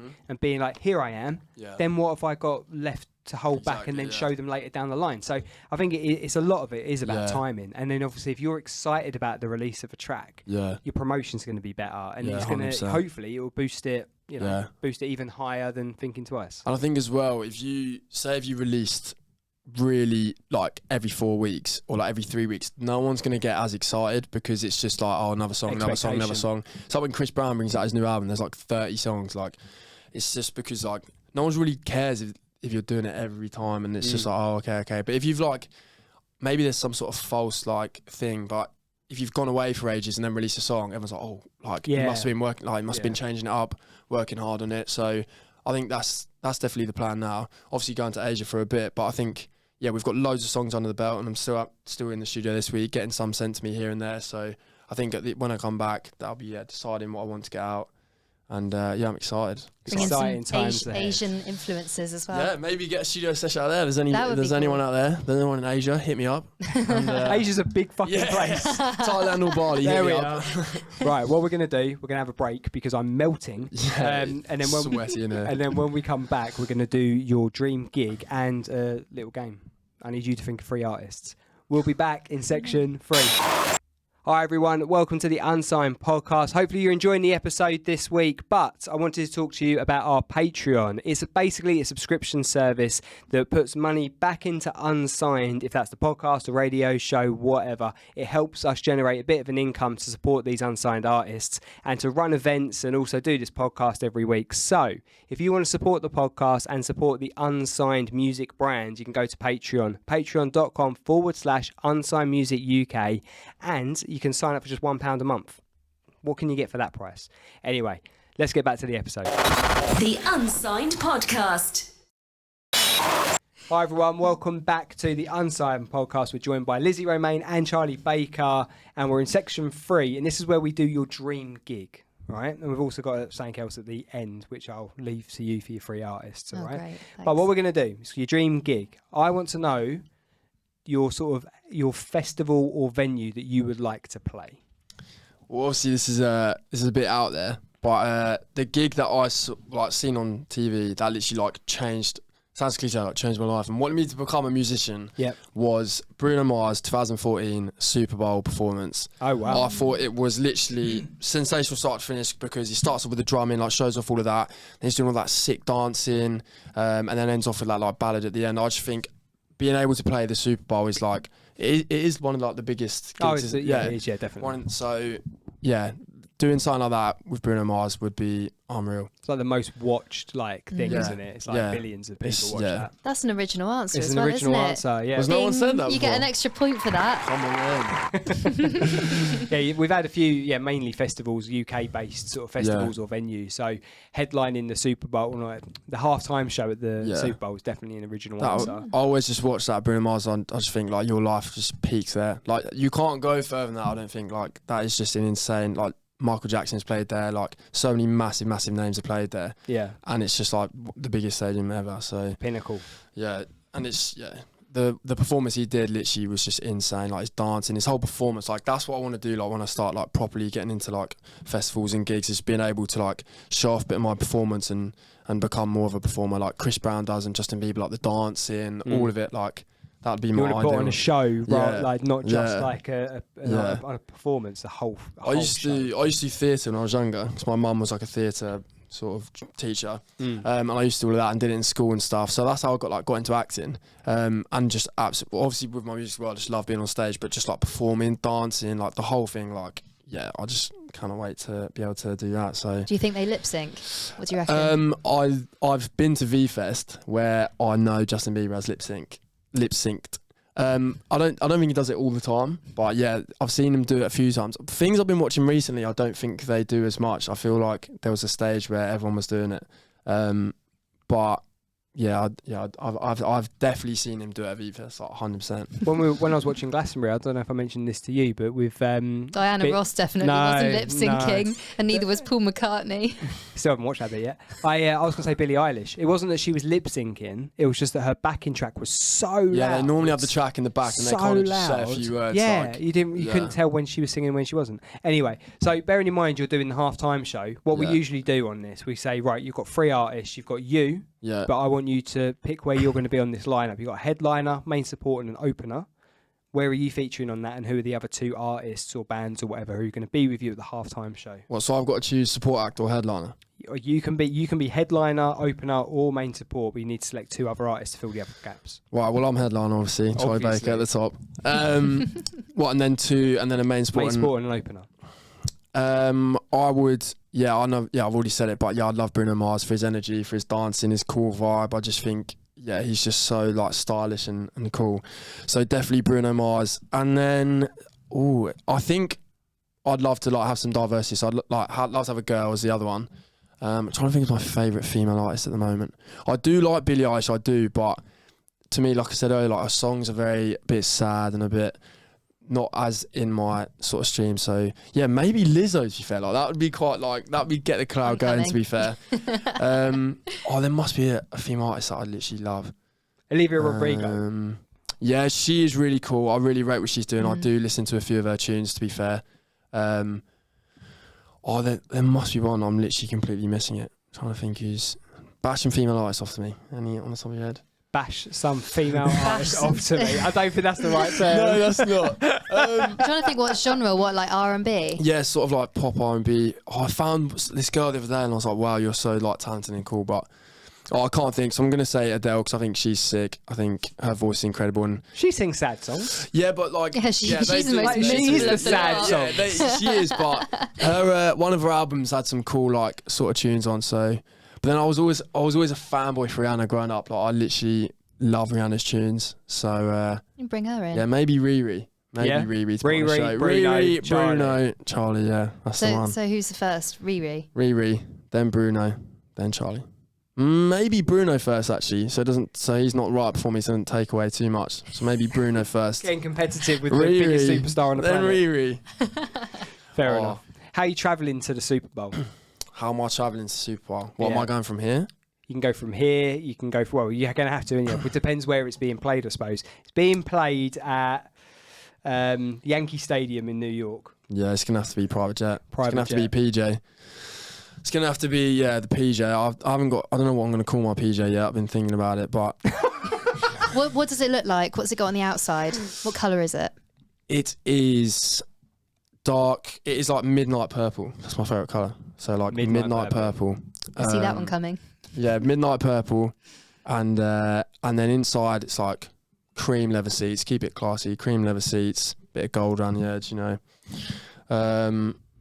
Yeah, that's I haven't really designed it too much yet, but standard PJ sort of vibes, you know. Who's going to be in the private jet with you if you're allowed 3 other people in there? Famous people or whoever you want. It'd have to be the boys. It'd have to be them. Obviously, if I have a girlfriend at the time or the wife at the time, obviously her number one. You gotta look after the family. She's hypothetical though at this point. Yeah, right? Hypothetical at this point. Right, okay, I'm not single. You're not I'm single at the moment, ladies. But Charlie Baker on Instagram. Charlie.Baker_ or something. Nah, Charlie Baker _. There you go. But yeah, so hypothetical girlfriends. Anyone wants to take that spot, then yeah. And You've done that. and then yeah, two of the boys. But this is the thing. I'm close. Like our friendship group, there's like 6 of us. I'm my really tight mates. But then I've also got a lot of tight mates in other groups. So yeah, it'd be hard who to choose. I think. Yeah, I couldn't put 2 names on it, but it'd be some of the boys. Some of the boys. Fair enough. You when I've seen you perform, you have done an Ed Sheeran cover track. Yeah. But if you're doing the Super Bowl halftime show, yeah, what cover track would you choose to do? Oh, okay. I think this is only recently, so I don't know if you've seen the Elvis film, new Elvis. No, film. I've seen it advertised. I really want to see it. The performance Austin Butler did of Trouble, so I hadn't even heard that Elvis song before, and I literally play it all the time in my car now. Like the performance he did of that was just insane. Like, because I think I started playing when I first started doing music. I did blues guitar. Like that's how I learned guitar, just like blues like blues sort of guitar. So like blues and jazz and that sort of like rocky. That's the side of rock that I love, like the blues rock, like the 1960s, like that sort of. I take loads of inspiration from that, and a lot of like times I write on my guitar, I've written a few like blues sort of like chord progressions. So definitely when I like become more established as an artist, like I definitely want to release an album like Ed Sheeran did with a few different like genres on, just to like spice it up. And I'd love to do like a Elvis kind of influenced like rocky blues song like that. I just think that'd be sick, like with like the proper 1960s like guitar, like the blues sort of solos. Like I'm really into that sort of stuff. So yeah, that'd definitely be up there. Like, that'd be a cover track. Elvis Trouble, yeah. Nice. Yeah. That, again, original answer. It is an original answer. They're all original answers so far. Who would your special guest be? So you know when you've been at a festival and they've brought out so like another guest. celebrity that's not in the music sort of industry. Well, no, not necessarily, but like if you were going to duet with someone, like you've already got Bruno and Riri there, so let's have someone different. Who would you bring out your special guest to do a duet with for a song at the halftime show? It sounds so cliche, but there's 2. They're both so cliche answers, but they're just the artists that I listen to the most and what inspire me the most. But it'd have to be Drake or Biebs. Like I know that's so cliche, like they're massive artists, but Bieber, like especially his new stuff, and I think just growing up the way he has and everything he's done, I just think he's absolutely smashed it. And then when I saw Drake live like a few years ago, like his energy, just like, I'd love to be on a Drake track. That'd probably be the dream feature. Every year on Spotify, Drake's my top artist. Yeah. I'm always in like the 0.03%, that sort of thing. So yeah, I think Drake or Biebs. Final answer out of the 2. Oh, she's pushing you. Yep. It'd have to be Drake. It'd have to be Drizzy J. Yeah, it'd have to be Drake. Fair one. What track of his would you do if you were to get, or would he do one of yours? Oh, I love Child's Play, his song Child's Play on the Views album, just because it's so like gas and up there. But then my favourite song ever, which always brings me like such good vibes, is Nice for What. Like that summer tune, or God's Plan, proper uplifting tune. That sort of like era was like my favourite Drake. Like, I'm not a massive fan of his new album. Like, I don't mind it, like a few good tunes, but yeah, that sort of poppy sort of stage you went through. Yeah, I like that. So when you have made it and you go to your event at the Super Bowl, you're allowed to choose things to be on your rider, which is like, you know, your special request would be in your dressing room when you get there. Yeah. What would be on your rider? You can have 2 things. 2 things, what, drinks and food? Or drinks and food, or we've want. had one of the guy, I think it's Lucetta, said they'd have like a man cave set up for him. Someone said 50 puppies, someone said Guinness. Like, so what would be like your 2 choices to have in your dressing room waiting for you when you turned up at Yankee Stadium? What would be my 2 choices to have? Good question. The first thing that came to my mind, so I'm just going to say it, it's my favourite food ever. It's probably not great to have before a... Mini Milks? No. Oh, not that again. No. Sausage rolls.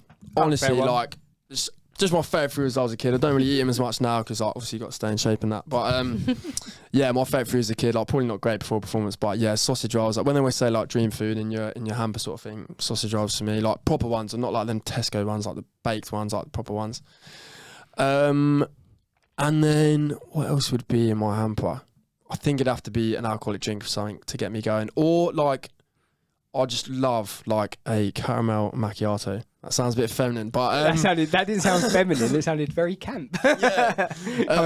So Baker Girl's watching. Just take him to Starbucks on his first date, and you'll be sorted. Caramel macchiato. Yeah, and then the sausage roll. Boom, done. He's a man of simple pleasures, really. Yeah, so doesn't need that PJ. Just I'm an absolute coffee fiend, so Yeah, do love a bit of coffee. I love a coffee. Starbucks or what? A good coffee. Did we have this conversation before? Yeah, we're not fans of Costas, are we? Yeah, no, not a Costa fan. No. Really? You use Yeah. Starbucks? Or I Pret. prefer Starbucks. Pret, I haven't had much. I like Pret. I got my. I had a coffee machine I've had for ages, right? And when we went away, they had like a coffee machine in the room where you put the capsules in. I've been having a few espressos. Oh yeah. Nice. Yeah. Get you going in the morning. Very French that they have a lot of espressos in France. Like, I've just been there. You can't get you can get a cafe latte, but they just frown at you. Like they just get espresso. It's like a morning drink Shot. over there, Yeah, isn't it? yeah. It's like It's you just have like a that shot. in the morning. A Yeah. shot in the morning. Yeah. Right, cool. So they were good. They were two good choices. Have you had yet, or what would be your made it moment? I know you mentioned about being on a Drake song, Yeah. but what would be like an attainable goal that you have over the next, say, 5 years, when you can look back and go, "Fucking hell, I'm doing all right." I've made it. Yeah. I think it would be like selling out or like just headlining a festival. I think because there's one thing like being top of the charts and obviously that is sick. Like if I got top of the charts, like that is a sick surreal moment. But I think standing on stage, like you've seen some people do, like like Sam Fender, and people like that, when they're literally just like staring, like at, Yeah. because He was so overwhelmed. Yeah, you can see the That streams was and they're such a just wonderful numbers. moment. Yeah, but Yeah, right, we weren't all there. but to like actually see all those people, like a massive sea of people, like singing your songs, and they're all there for you, and they're all happy in that moment because you're singing. Like I think, yeah, On that people's would. shoulders. Yeah, I think that balls would be. being up in the air. I think live music's just insane, and I think that's the. Yeah, I think that would be the made it moment. Which to be festival? fair. I mean, yeah, it'd have to be Glastonbury. Like it's the biggest one, so Glastonbury. But I'd love to. I would love to play Coachella, like where Harry Styles did. Like I love LA. I want to move there eventually. So yeah, like Coachella. I want to go there, but then I've always held off because I was like, the first time I want to go there, I want to play there. Oh, really? That's Bit of a cool. goal of mine, but yeah, because I'd want to go there and be in like the VIP celebrity bit. Like, do you know what I mean? That's what. Yeah, so. You don't want to be roughing it with all the people that haven't showered for Yeah, days. yeah, exactly. So. The cretins. The festival cretins. Where's your after party then? So where would be your after party? After the Super Bowl. Yeah, LA. LA. Massive. on the private jet. One of my house in the hills, Hollywood Hills. That's the Yeah. dream to get. I think that would also be a made it moment. Like walking out to my balcony in Hollywood Hills. Like it's been a dream since I was a little kid. Like, I know it's so cliche, and maybe LA's not all that it seems. I only went there when I was little, but It is cool. I think walking out to that with a house full of like perfectly nice family, friends, walking out onto like my nice pool, infinity pool, looking over LA, Dream having day. a party. I think that would be the dream day of my life, to be fair. Have you watched Entourage? No. You need to watch that. Really? Entourage is basically about an actor who moves from New York to LA, and it's about how he tries to make it as an actor, and his friends basically go along for the ride. And it's like, what you'd say, the in-betweeners for like earlier on. Yeah. It's not the same, but it is like lads in on LA tour, sort of thing. It is funny. I Yeah. think you'd like it. So that's cool. Right. Not new feature. We've done it a few times now. Right, we've done it a few times, but Lizzie took the piss out of me. So it's basically, it was like Snog, Marry, Avoid, where it was Nice. like gig, tour, or put in the bin. Right, we're not doing that now. We're doing Right. gig, tour, or write. So Lizzie's going to give you 3 artists, Right. and you've got a gig for a night. So you have one night with them gigging, or you go on a world tour with them. So you've got to spend every day with them, Right. or you can write with them. So how long? I don't know how long the writing process necessarily takes, but yeah. So you have one gig. one gig, so world gig, tour, or write. writing session. So Lizzie, So let's do. I wish I had a drum roll. Do I have a drum roll? No. What was that? Beep. There was a beep and a. I don't think I did. Oh, I do. Oh, you do. Ooh. There you go. Come on in. So I guess, well, we've got to do Drake, haven't we? Yeah. Got to add him in there. Then let's do. Who else? Should we just do the ones that he knows anyway? What? Like Rihanna and Lizzo. So you did Drake, Kanye, and Stormzy. Yeah, cool. Okay. Yeah, I think I've got that. So I think it would be gig with Stormzy because he brings so much energy. I think that would be yeah, he just brings so much energy to the crowd, and I've watched quite a few of his performances. Actually, I always end up like, you know, on YouTube when you watch like a festival back, I always end up watching his.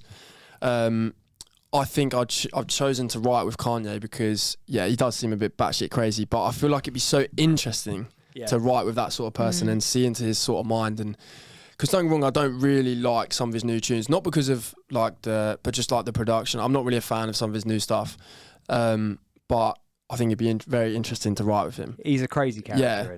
But I think it'd be cool to see what you come up with, or what I could hopefully influence on him, and say like, why don't you try this style? Because his voice and that is crazy, and his lyrics are crazy, and I think putting him on some other sort of beats, like songs would just go mad. Like if he produced like a pop beat now with like, it'd go mad. But I think just because his stuff is a bit very niche.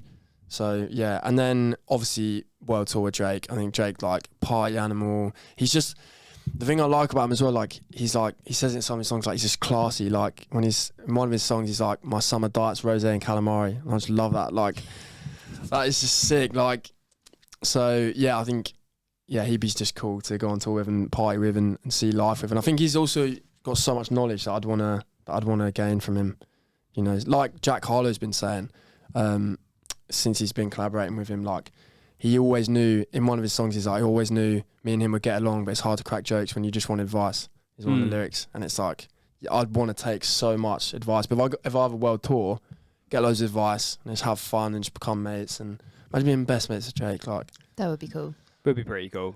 And you would become mates, wouldn't you, if you spent all that amount of time with them? Either that or you hate each other. Well, yeah. Do you know what I mean? That would be gutting. Yeah, you finish the tour and it's like, they say never meet your Drake hero. hates you, that wouldn't be cool. Never meet your heroes. That's true as well. What? That wouldn't be cool. Don't meet your heroes. Yeah. Oh yeah, that is a saying, isn't it? It is a saying. No, my partner's on film and TV sets, so he meets people all the time, like big actors and stuff. Really? Yeah. And some get did you get some not what you thought they would be? Yeah. And then there's some actors that are exactly what they're like on camera. Yeah. Which is kind of weird in a way, because then it's like, well, acting or the same. It would just become, they're method actors. It just becomes part of them. Or it could be that, yeah. I think that's interesting. I've spoken about this before. I feel like it doesn't take anything just to be nice, to be kind to people. Like I used to be a runner. When I first started out in media, I was a runner making people's tea and coffee and stuff. And it's like, you know, you just, the people that were nice to you, the people that you remember. Yeah. That's the thing. Yeah. Well, speaking about that, Adrian the other way around, he told Sylvester Stallone to move out his way because he was moving some track into the shop, but he had a stand-in there just before. Oh, really? And then the stand-in disappeared. Sylvester swapped in. He was like, get out of the way, And mate. then he was like, oh yeah, move out of the way. And he turned around and it was actually him. Sorry, mate, Fucking Rocky. Sorry. But the hilarious thing was literally like the day before he was like, oh yeah, he's going to be on set tomorrow. It'll be He like was cool to gassed, see and he him. And just then he was told him rude to to him. move. The best bit about this is her boyfriend's called Adrian. Right. So he should have said, Adrian. Adrian. That is jokes. Oh, I love that. Going back to Kanye, I think he's out when I first started driving. College Dropout was the album. Oh mate, yeah, massive album. That was the album when I first started driving, and I think that when I listened to that, I quite liked Twister for a little while. Yeah. I don't think I've ever heard anything from Twister since. Yeah. But they were like the tracks. And also on one of Twister's out. So when I'm a proper Essex boy when I was 17, right? I used to have a subwoofer in my car. No. Mate, I loved it. That's so Southend, that is. Chelmsford it was at the time. But it was like, it is proper Southend though. Yeah. But we, I used to have a subwoofer and my speakers and my 6x9s in the back. But I can't remember what fucking song it was. Like one of the first tracks on the Twister album, and it was literally so heavy bass-wise that you could hear me coming down the road. It was ridiculous. Oh, yeah. But yeah, I was a dickhead. What car did you have? Fiat Punto. Oh no. Oh man, what colour was it? That was black. Okay. Black. It was It black. wasn't like yellow or something. No, it was- something like, you know. It was black. It was nice. It was like a nice first car, but I ragged it to absolute shit. Yeah. I remember driving like an absolute Yeah. Burke in it, Yeah. and to the point where when I Same. What was your first car? I had this is such a fuckboy Essex car. It was a Vauxhall Corsa Turbo limited edition black one. there you go. Both black. Both black. I think it's just I've always liked black cars. Like it's always been some. I don't know. I just my It car attracts now the isn't. sun. Well, yeah, probably stupid. I always thought I don't know. I just like the color black. I'd rather have a black car than a white car. Because we had a white car Quite like growing white car up. as well. We had a white car growing up, and it was always dirty. So I always just think black's just better. Yeah, who knows? That's what I think. But yeah, I used to have my subwoofer in the back, but I didn't crash that one. But I basically ripped the insides of it because I just used to rag it everywhere. Oh, no. What do you mean you ripped the insides? You I don't drove so like ripping it up, fast that yeah. it just like ripped off. I think I used to drive it in such a dickhead way that I basically fucked it up. broke it. Yeah. Yeah, I think it's what's very happened to much. mine. My engine. Dunno how you did Well, there was that. no oil in the oil pump had like broke somehow, but no one ever knew. So there was just like no oil left in my engine. And I was driving back to Nottingham like halfway there near Cambridge. Started just going 70, 60, 50, 40. Had to pull over no. like 200 quid tow back to Essex, which was rough. And they were like, yeah, it's £2,000 to fix. And I was like, rah. Oil is the one thing that kills first cars, and then Yeah. it kills the first car, and then you don't do it again. No. Yeah. No, I've never been very good with cars though.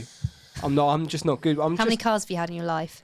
Quite a few because I used to get only because I used to get like sounds a bit knobby, but I used to get like company cars quite a lot. So I used to work on site quite a lot. As I've I've worked not always, but I've worked in construction for a few years. I've stopped working in media because the hours, and I sort of wanted to be home more for the kids and stuff.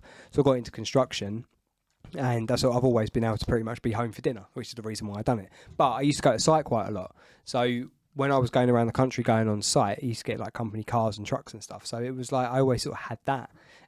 Now I've just got a Family car. yeah, family car's got air Family conditioning. car. It's like, do you know what I mean? I don't need Yeah. anything No. but it gets me here every week. What's your dream car? Dream car. It always was. So when I went to LA when I was like 13, I'd never even seen like a Ford Mustang, like a new one, like the GT ones, and I saw them everywhere out there. So I was like, bosh, that. That's true. So that was that for a while, but I think now I love the Aston Martins, to be fair, or like a Maserati. But I actually wouldn't want anything too flash. If I ever got big and got really rich, like I wouldn't want anything like too sort of flash. Like I want someone who can still drive around it, just not be like, oh, this Charlie, do you know what I mean? So you're not going to have Charlie Baker as a number plate? oh, maybe Baker 1, but I don't know. I knew it. You're not going to do N'Golo Conte and have like a Mini forever. Has he got a Mini still? He did. Well, I don't know if he has now, but he did have for ages, didn't he? Yeah. So he had a he gaffer gave tape holding the mirror on. Yeah, he was. He's humble, that guy. You didn't ask me, but I'm going to tell you. I would want to have like He answers my questions a as well. VW camper. That's what I want. yeah. Like, Oh, really? yeah, that's what I'd love to have. That'd and then be- have like a decent bike rack on the back, and yeah, have that. We did stay in one. There's a place that you can rent them from, and we had one a couple of years ago. And for a family of 4, it didn't quite work. But for me to fuck off for a weekend, it'd be quite cool. Well, no one's asked me, but I want a pink. No, hang on, I didn't finish. I want a pink Jeep. So Yeah, pink Jeep. you know what? yeah, Jeep, baby oh, pink the, Barbie Jeep. The Jeeps are sick. The ones with like the roof come down the back. Exactly, Yeah, they are yeah. actually sick. That'd Like be my car. they are so cool. My Match dad's mate had barbecues. one, because he lives in South France. It's always hot, so he had one which was sick. So Nice. yeah. I'll send you a picture. My daughter's got a pink Barbie car that she plays with. I'll send you a picture of it because it's pretty much what you exactly want. You said it matches your boots as well. Is that what you just said? Yeah. From last week or Yeah. the week before. The week before. I actually had a Barbie car as a child, and Adrian was very, very jealous because it was one of those that you like plug in, you whatever, and then you sit in it and you drive. Oh, you drive it around? Yeah. So I had one. And Adrian was like, I always wanted that as a kid. Yeah, that is cool to get the little like remote control car, but you just drive it. Yeah. But yeah, you literally have foot on pedal and you can drive it. I would have loved that as a kid. I Yeah. used to have a go-kart that you had to pedal. Oh no, that's Rough. that's the peasant way. Pedal. Peasants. Yeah, I didn't have money growing up. Like if we had, I had a go-kart with pedal. It was like, I used to love it. I used to race it round my little. I did go karting for a while after that. Actually, I've done all right. Anyway, right. Could you tell? I was going to ask you, with the amount of tracks that you've got in the pipeline, have you got like an EP that you're thinking of doing it, or an album? Yeah, at any I point? think I would possibly release an EP. I think I was waiting because I wanted to wait until I'd possibly got a bit more exposure and just waiting until just a few more people heard it. 'Cause if I'm putting that much time and effort in and putting like some of my favourite tracks out, like you said about that, like whoever you was talking about earlier. Yeah. I don't want to just give everything straight away. Yeah. And I want to put it out when there's a bit more just people involved and a bit more people listen. I've got a bigger team. So I think I'm going to carry on my singles for now. But yeah, maybe after the next 2 singles, definitely think about an EP. I think at the moment I'm just as well trialing a few producers, trying to like find my like lane of sound. And I think I'd want the EP to not sound similar, but like so Yeah, people yeah. know what they're getting, sort of thing. I'm definitely, if I do an EP, going to do like a full rap track as well. Like the first video I ever uploaded to YouTube was me like doing my own freestyle. It's my boys call it like the first ever song, like Coke and Rum. And yeah, it got like 1,000 views, and I had like no subscribers or anything. Oh wow. But yeah, everyone seemed to like it. So I think, yeah, definitely want to do a rap track on the EP just to show what I can do. And yeah. Bit of variety. Yeah. Like a little bit of lo-fi rap. Or Yeah, it'd be that like a sort more of vibe. chilled one. Like, yeah, not like a, like grime. It won't be like that. It would be more of like a chilled, like. Because that's how they do sort of it. Yeah, that's actually from Stormzy's song, yeah. Oh, is it? Grime. What about events and that? Because you said obviously you've been doing a bit of gigging. Obviously, I saw you in the just before the summer and stuff. What have you got any events planned? So I am actually supporting Casa Jackson on one of her tours in Sheffield, October the 6th, I believe. Nice. And she just went on tour with JLS, which is cool. Wow. Yeah, so I'm hoping that'll be really good to like, because she has quite a solid fan base. So I'm hoping to gain a few fans. I think that's my next sort of step, like gain, because a lot of my friends, my family come to gigs, and I've got like a few people but to gain like an actual following of people who actually want to like listen to my music and come to all my gigs. And what are you going to call them? The Baker. I heard you say earlier the Bakers. Or what did you? Yeah, the Baker Girls. Oh, the Baker the Girls. Baker Girls. Sounds like in Greece or Charlie's something. Angels, maybe. Charlie's Angels. Has that not been done yet? Not sure, but then that excludes the fellas, but Not all of them. not all of them. Not all of them, but yeah. So I don't know. Yeah, I'll have to think of a name. I'd love to do some like merch and stuff, but I think if I did merch, probably everyone says this, but if I did merch, it'd be like cool merch. It wouldn't just be like Charlie Baker. Like I'd actually make like t-shirts that people would wear and like they're cool design. Because I really like fashion and that as well. Like I'm into that sort of thing as well. So yeah, it'd be like cool merch that I'd take to the gigs and that. Maybe do something like random, like instead of t-shirts and stuff, like I don't know, maybe like Charlie Baker bottle opener or something. I don't know, like Bottle opener. I don't know, something cool, like I don't know. But could you tell everyone where they can find you on the socials, YouTube, Spotify, all that stuff? Yes, I've been speaking the wrong car. I keep looking at that one, but it's actually that one I need to look at. So yes, Instagram is charliebaker._. YouTube is Charlie Baker. TikTok is Charlie Baker 00, and Facebook is Charlie Baker Music. I think that's everything. I hope you had your pen out. Yeah, get your pens out. They'll be in the description below, and it would have flashed up with your Instagram handle at some point during this anyway. So, Lizzie, where can people find you? Yep, via my website, which is lizzieromain.co.uk, LIZZIERMAIN, and that's got everything on there that you need to know. Cool. And I'm Matt_Wherry on the socials, as you guys know. Also, if you're an unsigned band or artist, you can go to our website, unsignedmusic.uk, to upload your tracks. Also, as you know, we've got Future Hits running as well. That website is futurehits.co.uk. You can also ask your Alexa to enable the Future Hits skill. You can listen to emerging artists 24/7. Go on our Patreon, because there's loads of stuff on there. And also, like I mentioned in the first bit, the events that we had at Chelmsford and Southend, all of the videos from that are going to be going live on YouTube on the 31st of July. So make sure you watch those, like and subscribe, all that stuff. Charlie, thank you very much for coming in, mate. Thank you very much for having me. I very much enjoyed it. Lizzie, thank you again. Thank you. Thank you, Manish. Thank Hey. you. Have a great week, everyone, and we will see you all next time. The Unsigned Podcast.